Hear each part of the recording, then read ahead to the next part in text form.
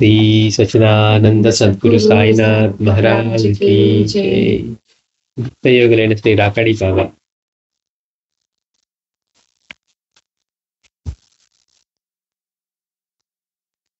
స్వామివారి ఇది చెప్పుకుంటూ గత వారం ఆ మందిరంలో ఇక్కడే మనం కూడా వాళ్ళందరూ ఇక్కడే సంపాదించుకున్నారు, మనం కూడా ఇక్కడే ఉన్న ఆకలిగా ఉన్న ఆహారం సంపాదించుకొని కూర్చున్న తర్వాత స్వామివారి దగ్గరేమో పావలాలు, 2 రూపాయలు అలాంటి నోట్లు అయితే ఉన్నాయంట. కానీ రాకాడి బాబా వారి దగ్గర మాత్రం 5 పైసలు 10 పైసలే ఉన్నాయంట.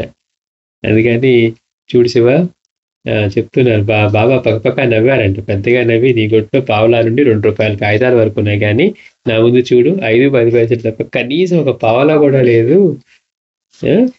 అని. అందుకే రూపవాన్ భాగ్యవాన్, విద్యావాన్ ధనవాన్ అని చెప్పడం. ఉన్నత కులస్తుడైన నీవు ఎంతో విద్యా సంపన్నుడువు, పైగా నీవు ఎర్రగా ఉన్నావు, కోమల స్వరూపుడు. రాకడి గొప్ప చెప్తున్నారు స్వామీజీ గురించి, కోమల స్వరూపుడు. అయితే నన్ను చూడు నల్లగా ఎలా ఉన్నాను అని లోక స్వభావాన్ని వెల్లడి చేస్తూ మళ్ళీ పక్క నవ్వారు.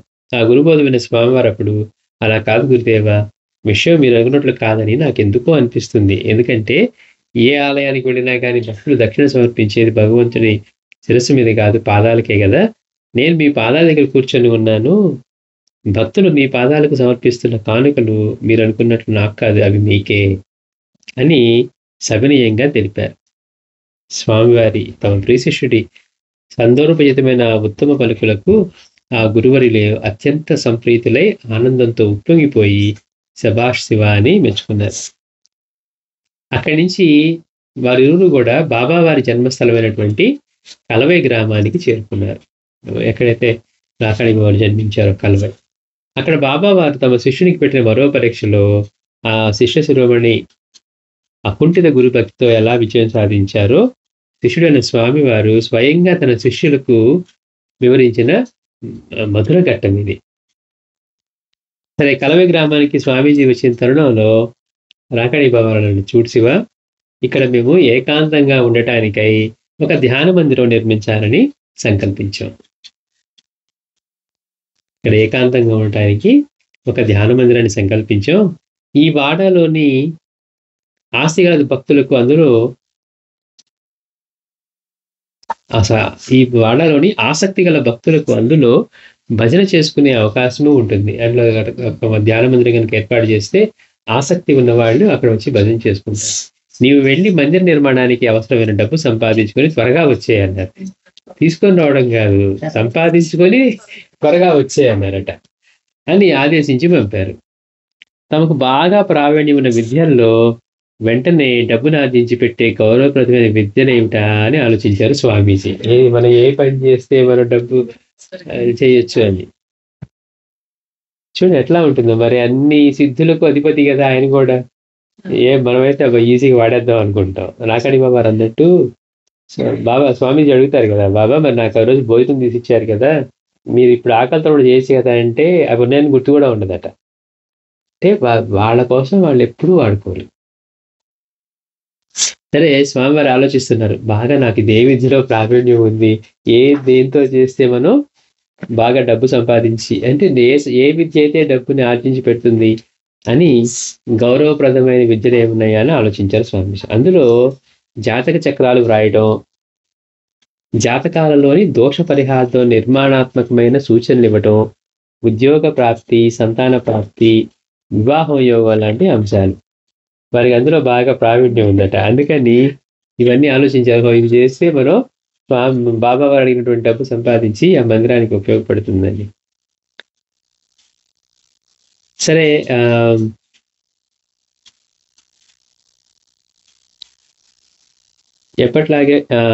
ఎప్పటిలోగా ఫలప్రదం అవుతాయో ఖచ్చితంగా చెప్పడం వంటివి ప్రస్తుతానికి తనకు ఉపకరిస్తాయని నిర్ధారించుకున్నారు. అంటే ఇవన్నీ కూడా పెళ్లి జరుగుతుందా, నీకు చక్కగా అవుతుంది, నువ్వు ఎప్పుడు అవుతుంది, వాళ్ళు తొందరగా ఉంటారు కదా, కాబట్టి ఇలా చేస్తే ఎప్పుడు అవుతుందో కూడా పర్ఫెక్ట్గా చెప్పగలగటం అనేవి ఇవన్నీ స్వామివారికి తెలుసు కాబట్టి, అందులో ప్రావీణ్యం ఉంది కాబట్టి ఎప్పటిలోగా ఫలప్రదం అవుతాయో ఖచ్చితంగా చెప్పడం వంటివి ప్రస్తుతానికి తనకు ఉపకరిస్తాయని నిర్ధారించుకున్నారు. అందుకే తమకు పరిచయం ఉన్న మద్రాసు నగరానికి చేరి పేరుగాంచిన ఒక పెద్ద హోటల్లో ఒక గది బాడుగకు తీసుకొని తామనుకున్న కార్యక్రమాన్ని మొదలుపెట్టారు. చూడండి, స్వామీజీ మామూలుగా ఇప్పుడు డబ్బు సంపాదించాలంటే ఆయన మామూలుగా మళ్ళాగా ఆలోచిస్తున్నారు. దేనిలో మనం పెట్టాలా అని వెళ్ళి చెన్నైలో ఒక హోటల్లో ఒక రూమ్ తీసుకొని అక్కడ ఉన్నారట స్వామి. ఒక పెద్ద హోటల్లో గది బాడుగకి తీసుకొని తాము అనుకున్న కార్యక్రమాన్ని మొదలుపెట్టారు. జాతకాల మూలంగానే కాక ఇతర అంశాలపై కూడా డబ్బు బాగానే రాసాగింది. ఉదాహరణకు ఉద్యోగార్థమై వచ్చిన వారికి నీవు ఫలానా మంత్రాన్ని ఇన్నిసార్లు జపం చేస్తే లేక ఫలానా పూజను ఇన్ని రోజులు చేస్తే నీకు ఉద్యోగం ఫలానా తేదీలోగా వస్తుంది, అందులో నీకు ఇంత మొత్తం జీతం ఇస్తారని చెప్పేవారట. అవి ఖచ్చితంగా అలానే జరిగేవట. ఇంక స్వామి చెప్పినది ఇంత జరగకుండా ఎలా ఉంటే ఆ విషయాలు ఆ నోట ఈ నోట పడి స్వామివారిని సందర్శించే వారి సంఖ్య బాగా పెరిగింది. జనాలందరూ అలాంటి వాటి కోసమే కదా ఉంది. ఇంకంత పర్ఫెక్ట్ గా జరిగేది ఫెయిల్యూర్ లేని విషయాల్లో ఇంకా ఫెయిల్యూర్ అంటే ఎప్పుడు అవుతుంది? ఆయన చెప్పినట్టుగా చేయకపోతే. ఇంత సంఖ్య చేయాలి, ఇన్ని రోజులు చేయాలని చెప్తే చేయకపోతే అవుతుంది కానీ, కనుక ఖచ్చితంగా అలానే జరిగిందట. ఇంకా ఈ విషయాలు ఆ నోట ఈ నోట పడి స్వామివారిని సందర్శించే వారి సంఖ్య బాగా పెరిగిందట. మొదటి 10 రోజుల్లో వచ్చిన డబ్బులు గది బాడుగ ఖర్చులు పోగా మిగిలిన 300 రూపాయలకు కలవై వెళ్లి గురుదేవులకు సమర్పించారు. మరి ఆ రోజుల్లో 300 ఎక్కువే, కానీ ఆ ఖర్చులన్నీ తీసేసి ఆ రూమ్ రెంట్ అవన్నీ పే చేసేసి మిగిలిన 300 మిగిలాయట. సరే ఆ 300 తీసుకువెళ్ళి గురుదేవులకు సమర్పించారు. ఈ డబ్బు ఏ మూలకు వస్తుంది శివా అన్నాను. నాకు అడిగి బాబా, స్వామివారిని 300 రూపాయలు నుంచి సమర్పిస్తే ఈ డబ్బు ఏ మూలకు అవుతుంది శివ? పునాదులు తీయటానికి కూడా సరిపడదే, వెళ్ళి మరికొంత డబ్బు తీసుకురా అని బాబా వారు తిరిగి పంపారట. చూడండి, అంటే స్వామీజీ ఎంత అమాయకంగా ఉన్నారు. రాకాడి బాబా వారేమో 300 రూపాయలకి పునాదులు కూడా తీయటం రాదని చెప్తున్నారు. స్వామీజీ మాత్రం మందిరానికంటే 300 తీసుకుని బయలుదేరారు. అలా 2-3 పర్యాయాలు ఇంకా అధిక మొత్తంలో డబ్బు సంపాదించి తెచ్చిన బాబా వారు సంతృప్తి చెందకపోగా తమ అసంతృప్తిని బాహటంగానే వెళ్ళగక్కారట. అంటే ఏంటి? నేను తీసుకురామని మందిరానికి కడతానికి తీసుకురామంటే నువ్వేదో తలుపులకో లేకపోతే పునాదులకో తెచ్చినట్టుగా కొంచెం కొంచెం తెస్తున్నావు, ఇట్లయితే కుదరదు అని చెప్పి ఇక తమ అసంతృప్తిని వెళ్ళగక్కారట. శివా, నీ ఇలా నింపాదిగా కొద్ది కొద్దిగా డబ్బు తెస్తుంటే మళ్ళీ నువ్వు డబ్బు తెస్తావా లేదా అని నీ రాకే మేము నిరీక్షిస్తూ కూర్చోవాలా? అక్కడి బాబు అంటున్నాడు. మందిర నిర్మాణం ఇలా ఎన్నాళ్ళు మందగొడిగా సాగాలి. ఈ పర్యాయమైన మనసు లగ్నం చేసి మందిర నిర్మాణానికి అవసరమైన మిగతా డబ్బంతా ఒకేసారి తీసుకొని 10 రోజుల్లాగా తిరిగి రావాలన్నారు. పోనీ ఎంత అని చెప్పారా? అట్లా చెప్పట్లా. చూడండి, ఎదుగో నువ్వు 2,000 తీసుకురావాలి, 10,000 తీసుకురావాలని చెప్పట్లా. స్వామివారేమో ఒక 300, ఒక 500 అట్లా తీసుకొని వెళ్తూ ఉంటే అసలు చూడండి ఎట్లా మాట్లాడుతున్నారు బాబా. అంత ప్రేమ స్వరూపం కూడా నీవు ఇలా నింపాదిగా కొద్ది కొద్దిగా డబ్బు తీసుకొని తెస్తూ ఉంటే మళ్ళీ నీవు డబ్బులు ఎప్పుడు తీసుకొస్తావా అని నీ దాకా మీరు దుఃఖిస్తూ కూర్చోవాలా? మందిర నిర్మాణం ఇలా ఎన్నాళ్ళు మందుకొడిగా సాగాలి. ఈ పర్యాయమైన మనసు లగ్నం చేసి మందిర నిర్మాణానికి అవసరమైన మిగతా డబ్బు అంతా ఒకేసారి తీసుకుంటాం. ఇన్నిసార్లు వెళ్ళి తిరిగి రావటం కాదు, మేము ఎదురు చూస్తూ కూర్చోలేము, ఇంత మందుకొడిగా మందిరం సాగడం ఇష్టం లేదు అని చెప్పారట.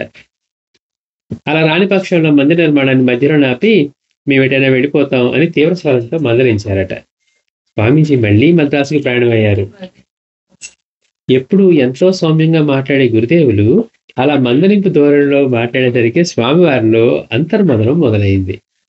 ఏంటి స్వామి బాబావారు ఇంత ఇదిగా గట్టిగా మాట్లాడారు, ఎప్పుడు ఎంతో ప్రేమగా మాట్లాడే బాబావారు ఈసారి గట్టిగా మాట్లాడేసరికి స్వామివారిలో అంతర్మదనం మొదలైంది. ఆలోచిస్తున్నారట. నేను సర్వసంగ పరిత్యాగులని, అంతర్మూఢుడైన సదా ఆత్మానందంలో ఉండేవాడని గురుదేవుడికి తెలుసు. డబ్బు సంపాదించాలనే సంకల్పం ఏ కోసాన లేకపోయినా మందిర నిర్మాణం గురుసేవగా భావించి నా శక్తి వంచన లేకుండా సంపాదించి తెస్తున్నానని వారికి తెలుసు. అన్నీ తెలిసి కూడా నేనేదో బ్యాంకులో దాచుకున్న నా డబ్బులు తీసుకొని రావడం లేదంటూ బాధపడతారు. ఎందుకని అంటే ఇంటికి ఉంచుకొని కూడా తీసుకురావట్లేదు అనుకుంటున్నారా అని అనుకుంటున్నారంట. స్వామివారు ఆలోచిస్తూ ఉన్నారు. బాబాకి తెలుసు నేను అన్నీ వదిలేసి ఉన్న సర్వసంగ పరిత్యాగినని.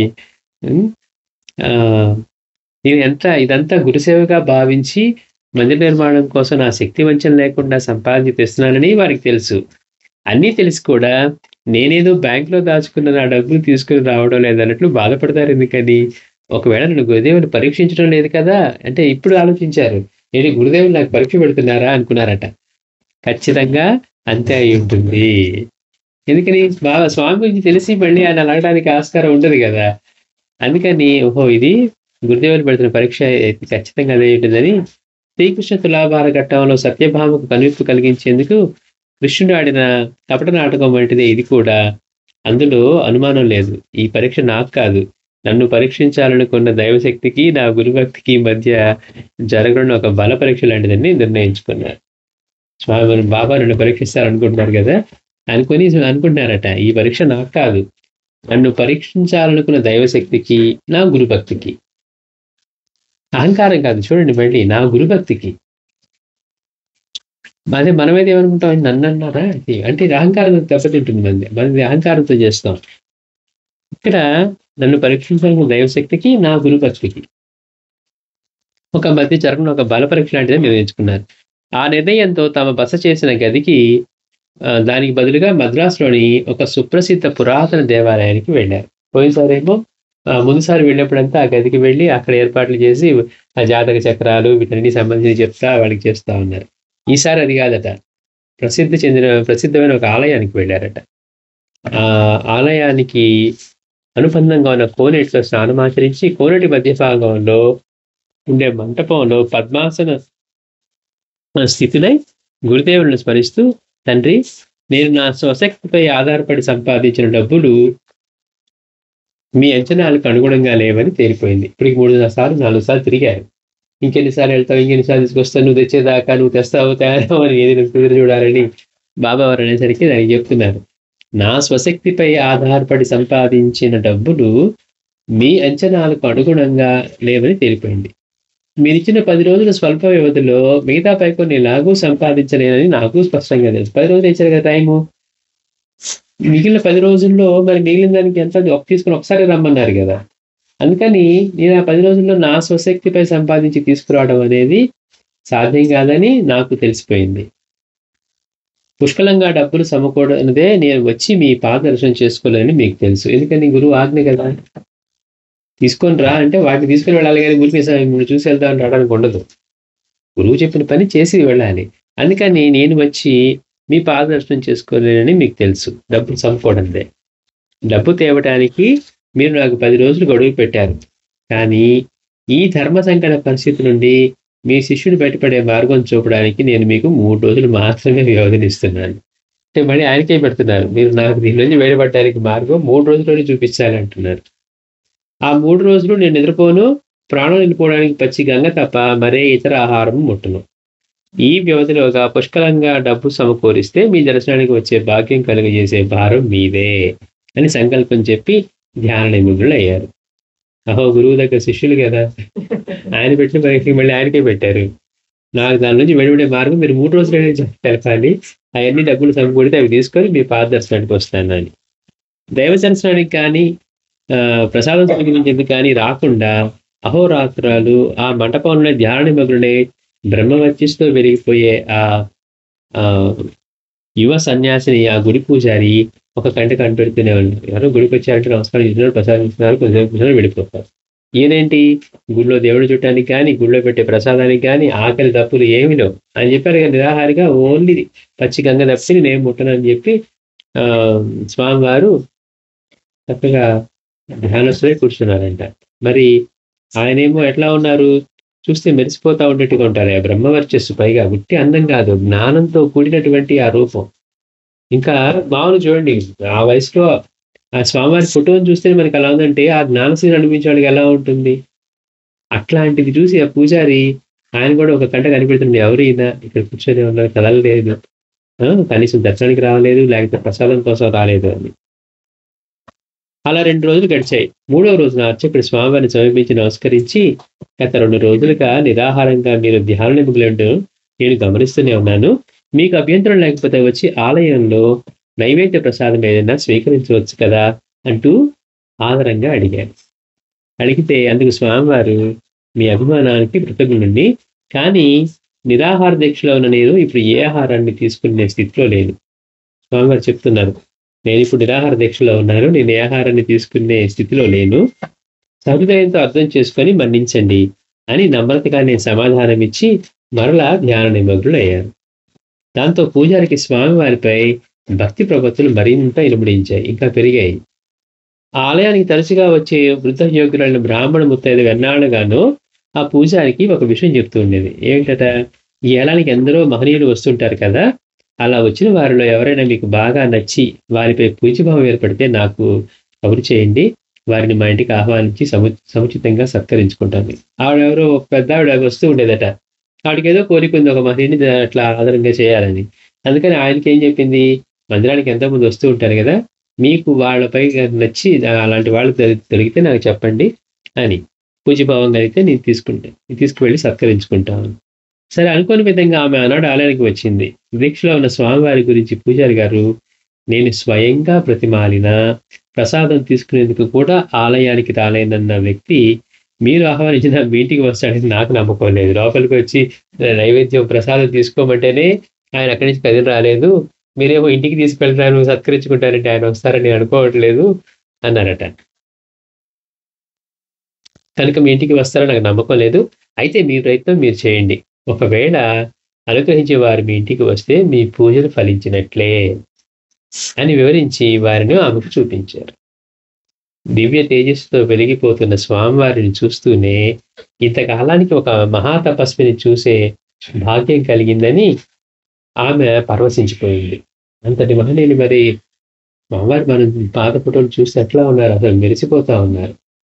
అలాంటిది ఆయన ఇంకా అంతటి తేజస్సుతోటి వెలిగిపోతూ అంత చిన్న వయసులో అట్లా ఉండేసరికి ఆయన్ని చూసి ఆహా జన్మ ధరించింది అంతటి మహాతపస్సుని చూసే ఇది కలిగిందని ఆమె పరవశించిపోయిందట అంత పెద్దావిడ. 3 రోజులు నిరాహారంగా ఉన్నాడని తెలిసి ఆమె మాతృహృదయం ద్రవించిపోయింది. అందుకే ఎలాగైనా స్వామివారిని తమ ఇంటికి ఆహ్వానించి సంతృప్తిగా విందు భోజనం పెట్టాలని నిర్ణయించుకుంది.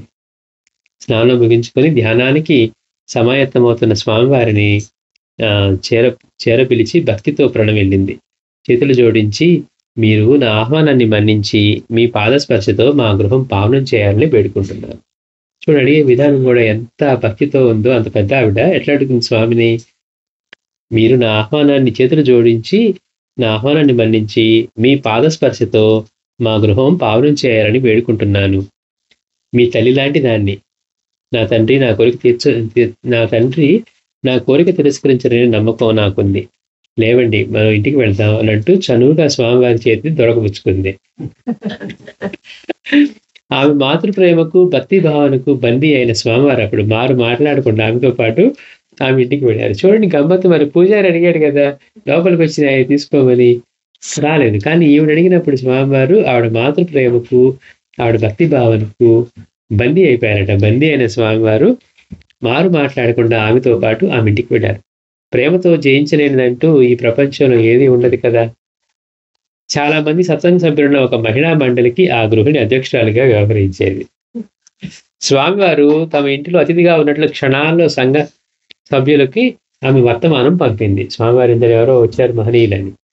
ఇక ఇంకేముంది, వచ్చిన వారంతా స్వామివారిని దర్శించి పాద నమస్కారం చేసుకొని పరవశించిపోయారు. అలా వచ్చిన వారిలో స్వామీజీకి వరుసకు మేనత్త అయిన ఒక ఆవిడ కూడా ఉంది. స్వామీజీ కూడా చూస్తారు ఆవిడ్ని, కానీ అక్కడ ఏం మాట్లాడతారు అనమాట. అలా వచ్చిన వారిలో స్వామీజీకి వరుసకు మేనత్త అయిన ఒక ఆవిడ కూడా ఉన్నది. స్వామీజీ ఆమెను గుర్తించిన తమ ఉనికిని గోప్యంగా ఉండాలని ఆమెను పలుకరించలేదు. ఆమె కూడా స్వామివారిని దాదాపుగా గుర్తించిన ఆ విషయం బయటికి పప్పకుండా నేరుగా ఇంటికి వెళ్ళి తన భర్తను అతడికి పిలుచుకొచ్చింది. ఆమె కూడా స్వామీజీతో మాట్లాడే బయటికి చెప్పకుండా నేను వాళ్ళ బంధువుని స్వామీజీ కానీ తన భర్తను తీసుకొని వచ్చిందట వెళ్ళి.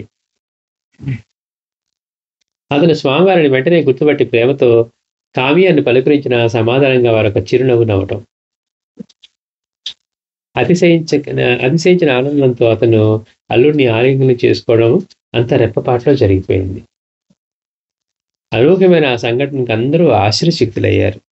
పిమ్మట ఆ దంపతి అక్కడ ఇచ్చటున్న భక్తులకు త్రికాల జ్ఞాని భారతీ స్వామివారి దివ్యజనం వచ్చి భవిష్యవాణి ద్వారా వినిపించడం మొదలు వారు సర్వసంగ పరిత్యాగే తపస్సుకే అరణ్యానికి వెళ్లే వరకు విపులంగా వివరించారు స్వామివారి గురించి.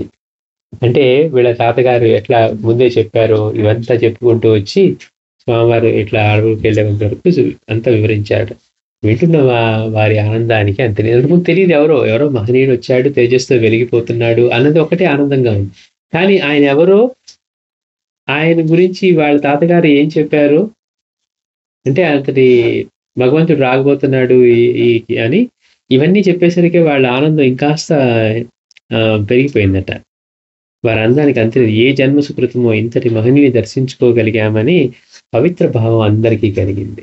మరంతటి మహనీయుడి దర్శనం దొరకాలంటే ఎంతో దుర్లభం కదా. అందరికీ కలిగింది. ఎవరికి వారు స్వామివారు తమ వాడేనన్న ఆత్మీయ భావాన్ని పెంచుకున్నారు.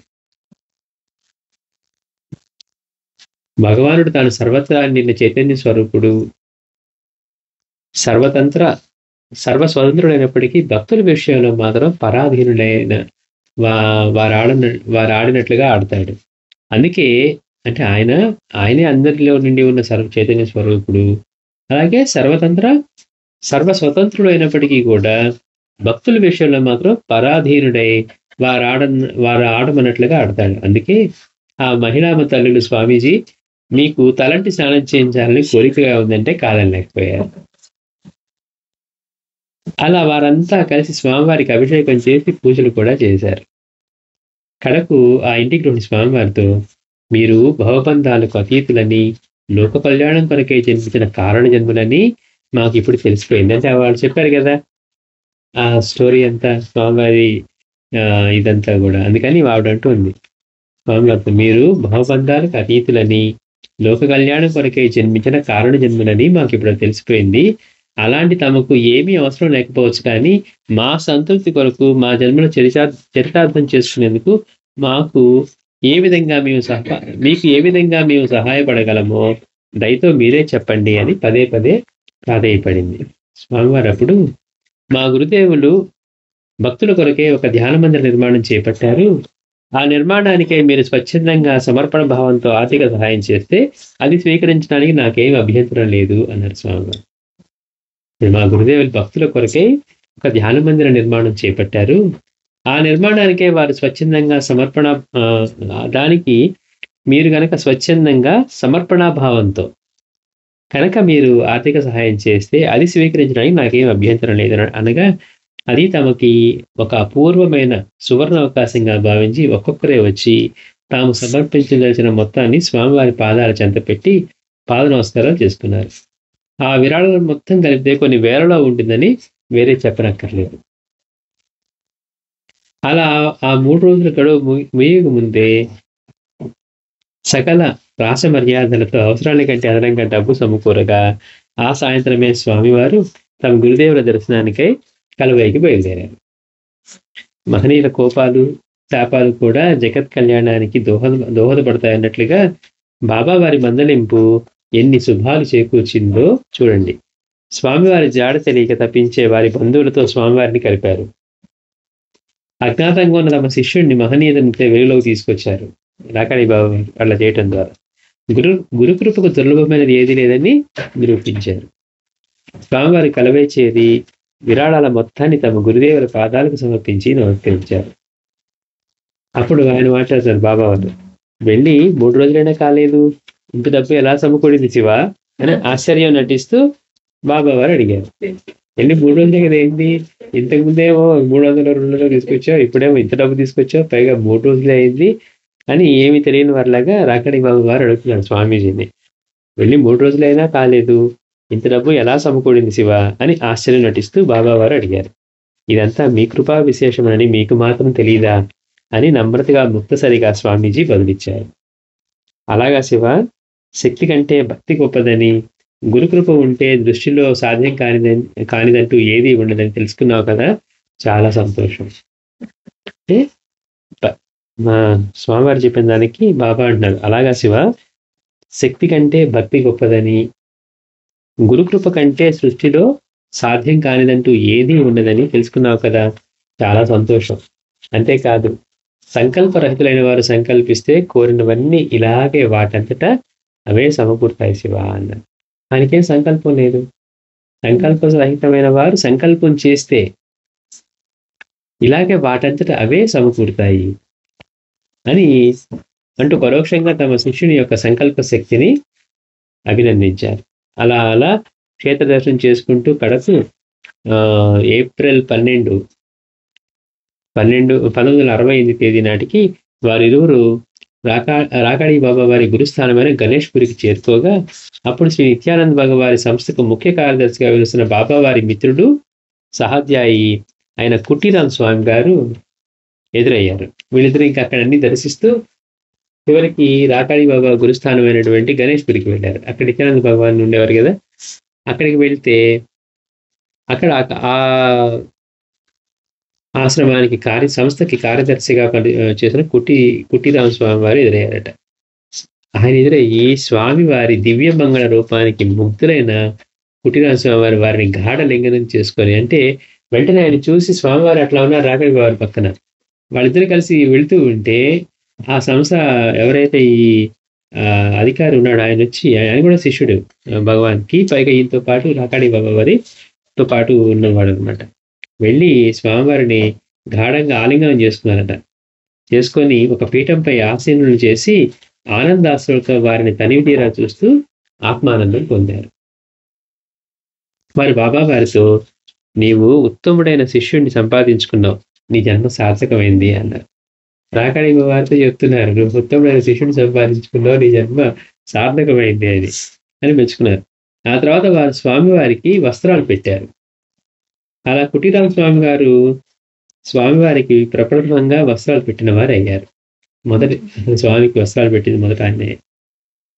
తమ ఏకైక ప్రియ శిష్యుని అలా ఆదరిస్తూ ఉంటే సంప్రీతులైన శ్రీ బాబా వారు ఆనందం తెలుపుతూ, చూసావా శివ, ఇప్పటి వరకు వాళ్ళు నాకు కనీసం ఒక కౌశీలం కూడా పెట్టలేదు, కానీ నీకు వస్త్రాలు పెట్టి సన్మానించారు, అంటే నీవు పరమ గురువు యొక్క పూర్ణానుగ్రహం పొందావన్నమాట అని అన్నారు. ఎంత అద్భుతంగా ఉందో.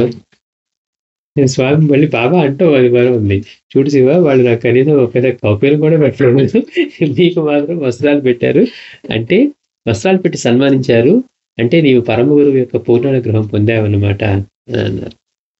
శ్రీ సచ్చిదానంద సద్గురు సాయినాథ్ మహారాజ్ కీ జై.